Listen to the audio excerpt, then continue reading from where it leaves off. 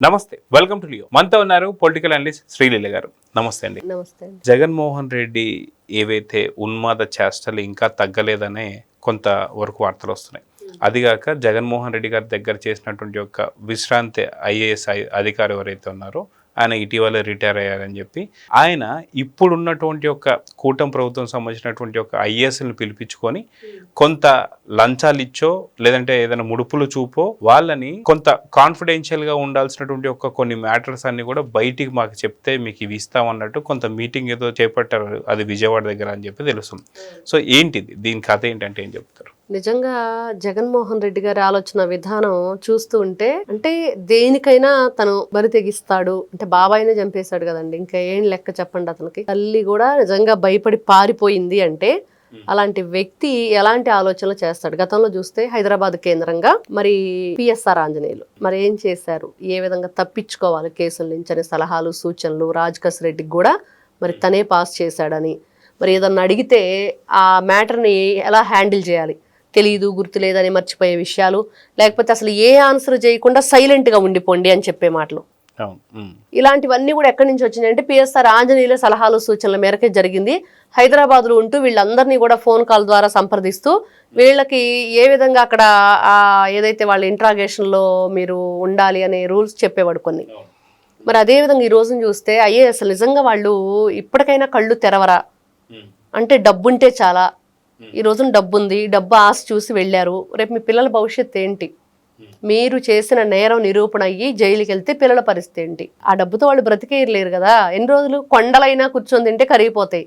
వాళ్ళ క్రమశిక్షణతోటి మంచి విద్యాబుద్ధులు నేర్పించుకొని ఆ పిల్లలకు మంచి భవిష్యత్తు ఇవ్వాలనే ఆలోచనతో నీతితో నిజాయితీతో పనిచేస్తేనే బాగుండిద్ది. మరి ఈ రోజున ఇలాంటి తప్పుడు ద్రోవపడుతూ ఇలాంటి తప్పిదాలు చేస్తూ ఇట్లాంటి తప్పు ఆలోచనలు చేస్తూ ఉంటే మరి వాళ్ళని ఎవ్వరూ కూడా రక్షించలేరు. జగన్మోహన్ రెడ్డి డబ్బులు ఇస్తాడేమో, రేపు ఆయన వచ్చి రక్షించడు, పొరపాటును కూడా పట్టించుకోడు. ఇది వాస్తవం. వాడుకొని వదిలేస్తాడు ఎవరినైనా సరే, యూజ్ అండ్ త్రో పర్సన్ అతను. ఇంకా అంతకు మించి మనం ఏమీ ఆలోచించలేం. మరి చూస్తే నిజంగా ఈ ఐఏఎస్లు ఎవరైతే ఉన్నారో ఐపీఎస్లు వాళ్ళు ఎందుకు మరి ఈ రోజున ఏం జరుగుతుంది ప్రభుత్వంలో, ఎలాంటి టెండర్లు నడుస్తున్నాయి, ఎవరి ద్వారా మరి దాంట్లో ఏదన్నా ఇలాంటివన్నీ కూడా ఏదంటే వాటాలు కానివ్వండి, ఇదిగో ఇంత పర్సంటేజ్లు కానివ్వండి, అవకతవకలు ఇవన్నీ జరుగుతున్నాయా, ఎవరికి రాబోతున్నాయి, ఎంత బడ్జెట్లో చేయబోతున్నారు, అప్పులు ఎక్కడి నుంచి తీసుకొస్తున్నారు, మరి ఇలాంటి విషయాలన్నీ కూడా వాళ్ళ నుంచి రాబట్టడానికి వాళ్ళందరి చేత ఒక మీటింగ్ ఏర్పాటు చేయించారు అనేది బయటకు వస్తున్న విషయం. నిజంగానే అది జరిగిందా?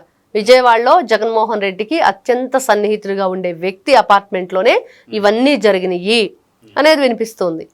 అంటే ఏంటి అంత అవసరం ఏంటి? తెలుసుకుని ఏం చేస్తాడండి జగన్మోహన్ రెడ్డి? అంటే గతంలో కూడా మనం చూసుకుంటే ఐఏఎస్ని ఐపీఎస్ని ఎలా వాడుకొని వాళ్ళందరినీ జైలుకి పంపించాడు చూసాం. కాదంబరి జత విషయంలో పిఎస్ఆర్ ఆంజనేయులు కావచ్చు, శ్రీలక్ష్మి కావచ్చు, వీళ్ళందరూ కూడా. అటు కల్తీ నెయ్యి విషయంలో సైంటిస్టులను కూడా అరెస్ట్ చేయించాడు, దానికి సంబంధించినటువంటి ఇష్యూస్. సో ఈ రకంగా ఖచ్చితంగా ఏం చేస్తాడంటే ఈ యొక్క రిపోర్ట్లు తెప్పించుకొని వీటిల్లో ఉన్నటువంటి ఒక గుట్టును బయట పెట్టడం, అంటే అక్కడ జరుగుతున్నటువంటి ఒక ఏది లేకపోయినా వక్రీకరించడం జగన్మోహన్ రెడ్డికి అలవాటే. కాబట్టి ఇలా వక్రీకరించి ఏదైనా వేరే రకాల వార్తలు రావడం కానీ, లేదంటే మనకు పెట్టుబడిదారులను వెనక్కి పంపిస్తానికి వాళ్ళ సంబంధించినటువంటి ఇష్యూస్ ఏమైనా బయట పెట్టడం కానీ, లేదా ఇంకేదైనా చేయడం, ఇలాంటి ఏదైనా చేయొచ్చు అని చెప్పేసి ఏపీ ప్రజలు చర్చించుకుంటున్నారు. మీరేమంటారు? కరెక్టేనండి. ఏదైనా ప్రతి ఒక్క విషయానికి ఒక గుట్టు అనేది ఉండిద్ది.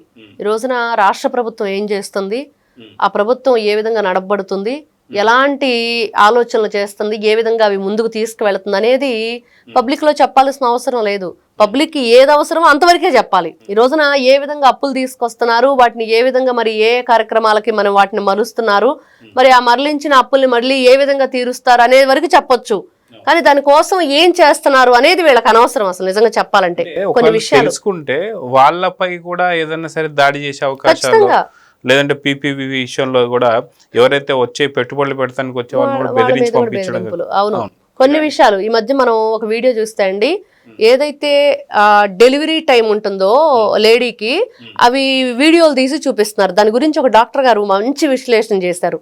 ఎంత బాగుందంటే యాజ్ ఏ డాక్టర్ ఆయన కూడా ఏం చెప్తున్నారు అని అంటే, ఏది ఎంతవరకు మనం తెలుసుకోవాలో అంతవరకే తెలుసుకోవాలి. అలాంటి విషయాలు ఉంటాయి. ప్రతి ఒక్కదానికి ఒక లిమిట్ ఉండేది. ఇప్పుడు ప్రతి ఒక్కరి చేతిలో ఫోన్ వచ్చేసింది. ఏదంటే అది ఇప్పుడు ఎవరైనా యాక్సిడెంట్ అయితే వాళ్ళని రక్షించాల్సింది పోయి వీళ్ళు షూట్ చేస్తూ కూర్చుంటున్నారు. ఇలాగా మనిషి ఏ విధంగా మారిపోయాడు, ఏ విధంగా ఆలోచిస్తున్నాడు, తన అర్హతకు మించి ఆలోచనలు చేస్తున్నాడు, తను తెలుసుకోకూడని విషయాలను కూడా తెలుసుకునే ప్రయత్నం చేస్తున్నాడు. ఈ రోజున జగన్మోహన్ రెడ్డి గారు చేస్తున్న ఈ పని వల్ల లాభమా నష్టమా అంటే ఖచ్చితంగా 100% నష్టం ఎవరికంటే ప్రజలకి. ఆంధ్ర రాష్ట్ర ప్రజలకి నష్టం చేయటమే తప్పించి నారా చంద్రబాబు నాయుడు గారికి ఏమి ఇబ్బంది లేదు, నారా లోకేష్ గారికి ఏమి ఇబ్బంది లేదు, బడ్జెట్ మినిస్టర్ అయిన పయ్యావుల కేశవ్ గారికి ఎటువంటి ఇబ్బంది ఉండదు, హోమ్ మినిస్టర్ గారికి ఇబ్బంది ఉండదు. ఎవరు తప్పు చేశారు, ఎవరు తప్పించుకొని తిరగడానికి ప్రయత్నం చేస్తున్నారు, వాళ్ళ చేత తప్పులు ఎవరు చేయించారు, మరి వాళ్ళు కూడా రేపు సేఫ్ సైడ్ లో ఉండొచ్చేమో. కానీ ప్రజలు మాత్రం చాలా ఇబ్బందులు పడతారు దీనివల్ల. అంటే ఇక్కడ 2 రకాల అనుమానాలు వస్తున్నాయండి. ఒకటి, ఇలాంటి రిపోర్ట్ లేదంటే వాళ్ళు కేసులు కూడా ఉన్నాయి కాబట్టి ఆ కేసులకు సంబంధించి జడ్జిమెంట్ ఎవరు ఇవ్వబోతున్నారు, ఇచ్చే జడ్జిలు ఏంటి. గతంలో చూసాం అక్రమాస్తుల కేసులో దాదాపు 5-6 మంది జడ్జిలు మారిపోయారు, కొంతమంది లేకుండా వెళ్ళిపోయారు. సో ఇలాంటి దొంగ పనులు ఎందుకు అని చెప్పేసి ఏపీ ప్రజలు అడుగుతున్నారు. సో ఎందుకు గతంలో వైసీపీ హయాంలో ఉన్నప్పుడు ఐఏఎస్ఎల్ని ఎప్పుడు కూడా చంద్రబాబు నాయుడు గారు కానీ ఎవరు ఏది మాట్లాడలేదు. సో ఇప్పుడు ఎందుకని ఇట్లాంటి ఉన్మాదానికి తయారయ్యాడంటే ఏం చెప్తారు? నిజంగా అండి, వీళ్ళు ఒకటే ఆలోచిస్తున్నాడు జగన్మోహన్ రెడ్డి. మనం చూసాం మొన్న మండలిలో ఏం జరిగిందంటే వరోధి కళ్యాణి గారు లేని ఒక కంపెనీ పేరు చెప్పి ఉర్సాకి భూములు ఇచ్చారు అనే దాని గురించి వెంటనే రియాక్ట్ అయ్యారు నారా లోకేష్ గారు. లేని దాన్ని ఎందుకు చెప్తున్నారు మీరు, ఏదో 5-6 కంపెనీలు ఉన్నాయి అంతవరకు చెప్పారు బాగుంది అనేది. ఇలాగ లేని విషయాలను సృష్టించే ప్రయత్నంలో అక్కడ నిజంగా వాళ్ళు దాని నుంచి మనం ఏదో కోరుకొని నిజంగా ఆ పేరు వచ్చి ఉండొచ్చు, కాకపోతే మనం దానికి ఏది కూడా దాంతో మనం ఇంటరాక్ట్ అయ్యి ఉండకపోవచ్చు. కానీ అదే విషయాన్ని వాళ్ళు హైలైట్ చేయటం.